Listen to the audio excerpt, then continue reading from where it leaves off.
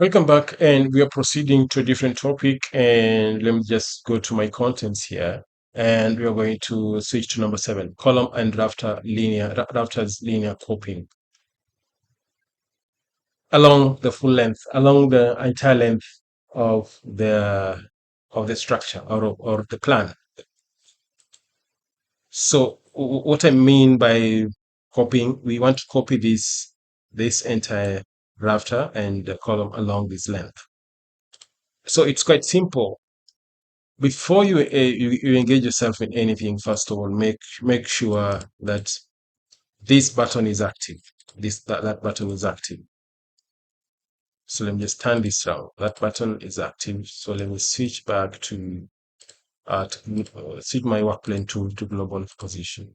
So I'm going to select everything here. So once I've selected everything, I first of all to move the work plane to the grid. So once I've selected everything, and let's first of all check center to center distances of this point.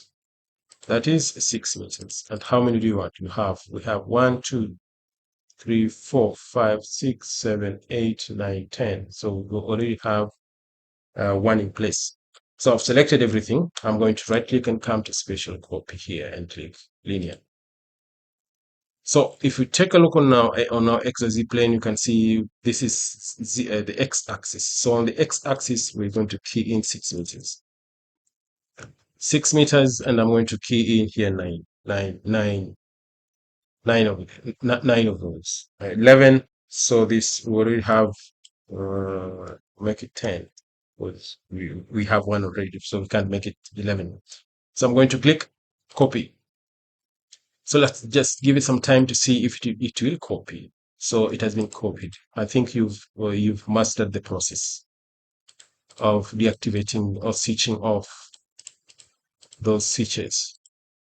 So we have everything in place. You can see it has been copied. If I turn this like that, you can see we have this in place with all the base plates in place, all the base plates in place. So I can just right click and come and save. Always save your work in every step you make. So that is all about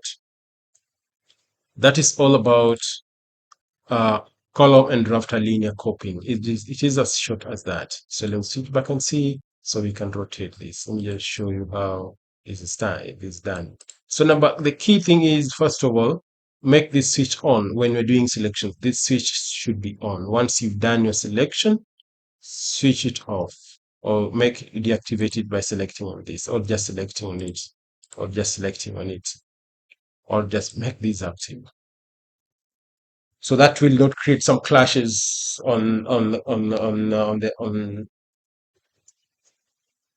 the tapered column or flange. So just follow that rule and you will not have any issue tackle structures in copying rafter and column. So let's meet then on a different topic. Bye bye.